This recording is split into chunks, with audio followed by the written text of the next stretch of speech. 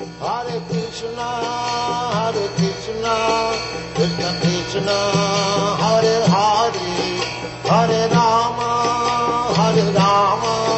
Rama Rama, Hare Hare. And now Mantra 11.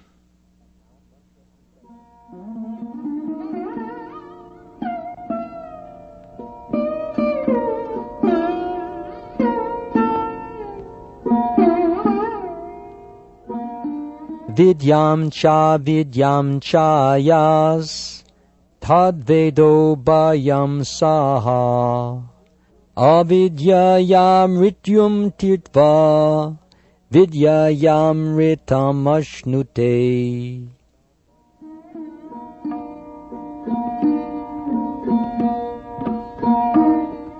Translation. Only one who can learn the process of nescience and that of transcendental knowledge side by side can transcend the influence of repeated birth and death and enjoy the full blessing of immortality. Purport. Since the creation of the material world, everyone has been trying to attain a permanent life, but the law of nature is so cruel that no one has been able to avoid the hand of death. It is an actual fact that no one wants to die, nor does anyone want to become old or diseased. The law of nature, however, does not allot anyone immunity from death, old age, or disease. Nor has the advancement of material knowledge solved these problems. Material science can discover the nuclear bomb to accelerate the process of death, but it cannot discover anything that can protect man from the cruel hands of disease, old age, and death. From the Puranas we learn of the activities of Hiranyakashipu, a king who was very much advanced materially. Wanting to conquer death by his material acquisitions and the strength of his nescience, he underwent a type of meditation so severe that the inhabitants of all the planetary systems became disturbed by his mystic powers. He forced the creator of the universe, the demigod Brahma, to come down to him. He then asked Brahma for the benediction of Amara, by which one does not die. Brahma said that he could not award the benediction because even he, the material creator who rules all planets, is not Amara. As confirmed in Bhagavad Gita, chapter 8, verse 17, Brahma lives a long time, but that does not mean he does not have to die.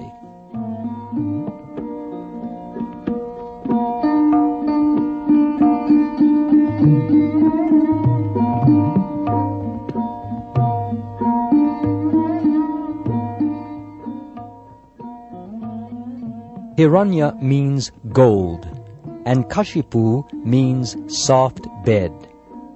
This gentleman was interested in these two things, money and women, and he wanted to enjoy them by becoming immortal. He asked Brahma many questions indirectly, in hopes of fulfilling his desire to become an Amara. Since Brahma told him that he could not grant the gift of immortality, Hiranyakashipu requested that he not be killed by any man, animal, god, or any other living being within the categories of the 8,400,000 species. He also requested that he not die on land, in the air, or in the water, or by any weapon whatsoever. In this way Hiranyakashipu foolishly thought that these guarantees would save him from death. Ultimately, however, although Brahma granted him all these benedictions, he was killed by the personality of Godhead in the form of Nrsimha, a half-lion, half-man, and no weapon was used to kill him, for he was killed by the nails of the Lord. Nor was he killed on the land, in the air, or in the water, for he was killed on the lap of that wonderful living being who was beyond his conception. The whole point here is that even Hiranyakashipu, the most powerful of materialists, could not become deathless by his various plans. What then can be accomplished by the tiny Hiranyakashipus of today, whose plans are throttled from moment to moment? Sri Ishopanishad instructs us not to make one-sided attempts to win the struggle for existence. Everyone is struggling hard for existence, but the laws of material nature are so hard and fast that they do not allow anyone to surpass them. In order to attain a permanent life, one must be prepared to go back to Godhead.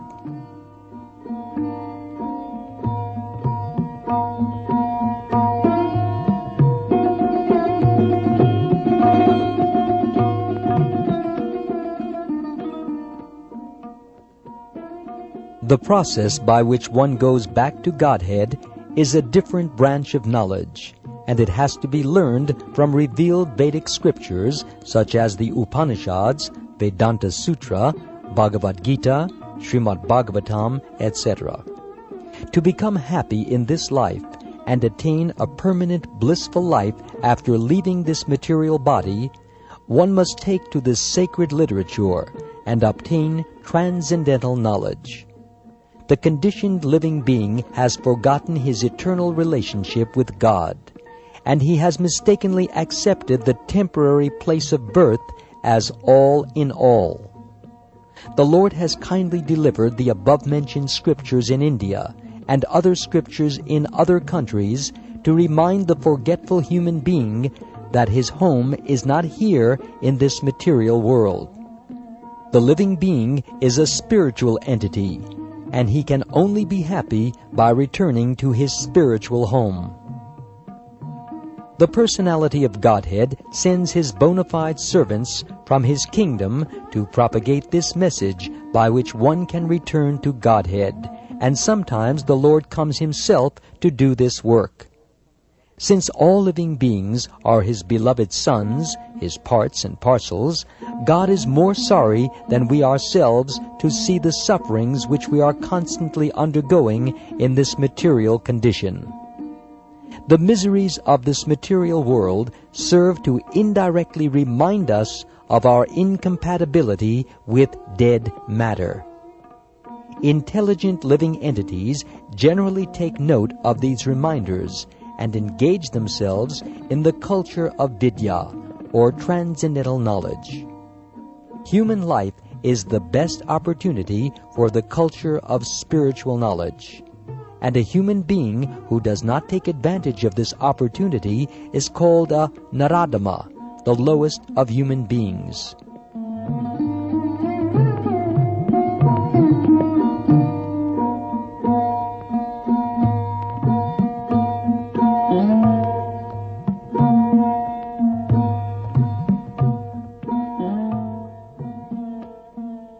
The path of avidya, or advancement of material knowledge for sense gratification, is the path of repeated birth and death. As he exists spiritually, the living entity has no birth or death. Birth and death apply to the outward covering of the spirit soul, the body. Death is compared to the taking off, and birth to the putting on of outward garments. Foolish human beings who are grossly absorbed in the culture of avidya, nescience, do not mind this cruel process. Being enamored by the beauty of illusory energy, they undergo the same things repeatedly and do not learn any lessons from the laws of nature. The culture of vidya, or transcendental knowledge, is essential for the human being. Sense enjoyment in the diseased material condition must be restricted as far as possible.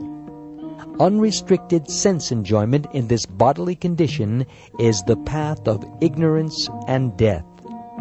The living entities are not without spiritual senses.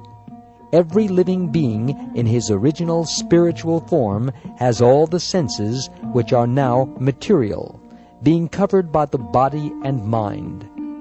Activities of the material senses are perverted reflections of spiritual pastimes. In its diseased condition, the spirit soul engages in material activities under the material covering.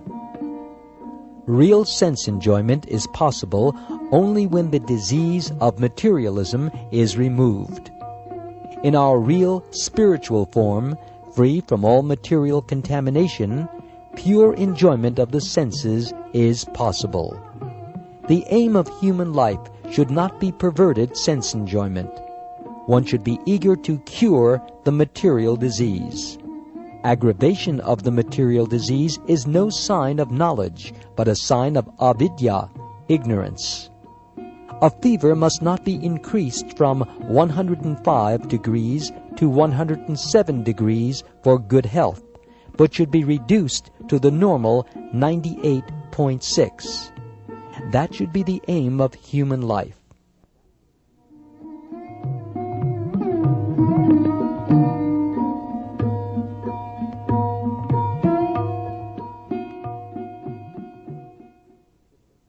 The modern trend of material civilization is to increase the temperature of the feverish material condition, which has reached the point of 107 degrees in the form of atomic energy. Meanwhile, the foolish politicians are crying that at any moment the world may go to hell.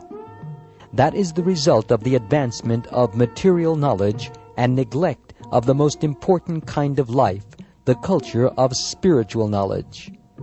Sri Ishopanishad herein warns that we must not follow this dangerous path which leads to death.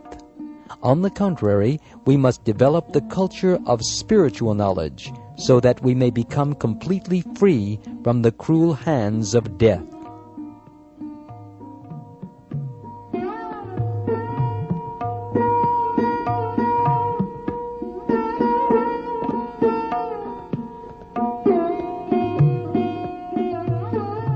This does not mean that all activities for the maintenance of the body should be stopped.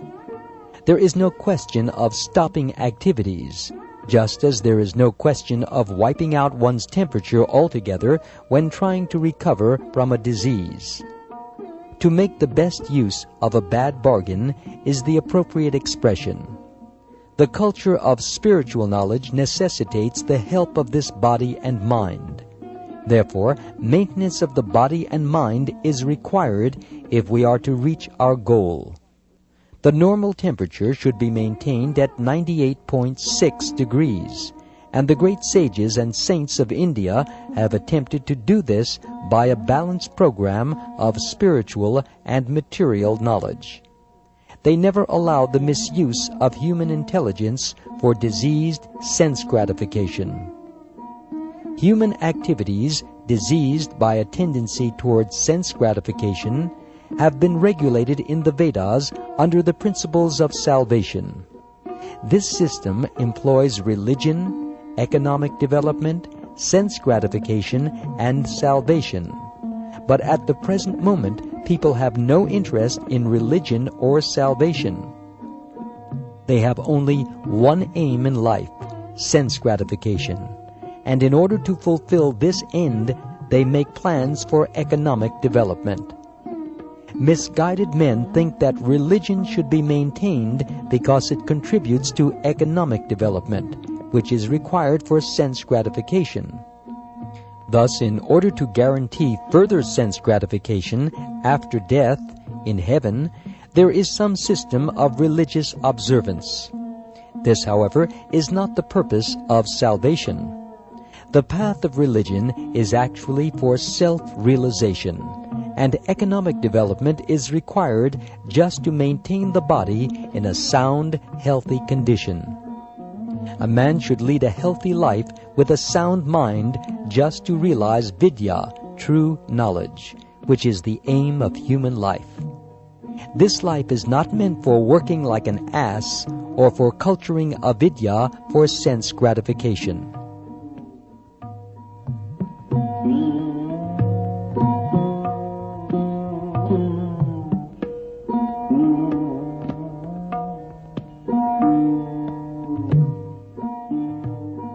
The path of Vidya is most perfectly presented in Srimad Bhagavatam, which directs a human being to utilize his life to inquire into the Absolute Truth.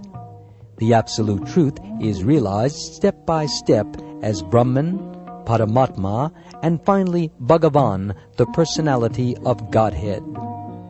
The Absolute Truth is realized by the broad-minded man who has attained knowledge and detachment by following the 18 principles of Bhagavad Gita described in the purport to Mantra 10. The central purpose of these 18 principles is the attainment of transcendental devotional service to the personality of Godhead.